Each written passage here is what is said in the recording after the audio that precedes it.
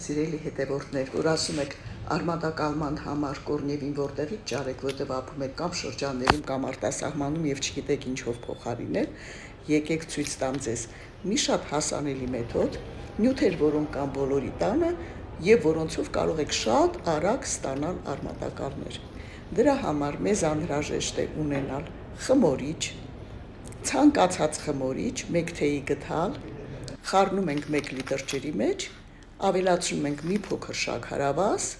որպեսզի ակտիվանա, եւ կտրոնները դնում ենք դրա մեջ, մոտավորապես 5-ից 6 ժամ, որից հետո կարող եք 1 օր թողնել, տեղափոխում ենք մաքուր ջրի մեջ։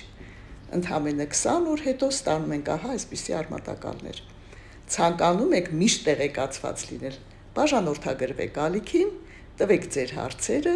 եւ ստացեք գրագետ պատասխաններ։ Միշտ ձեր Դոնա Կոս։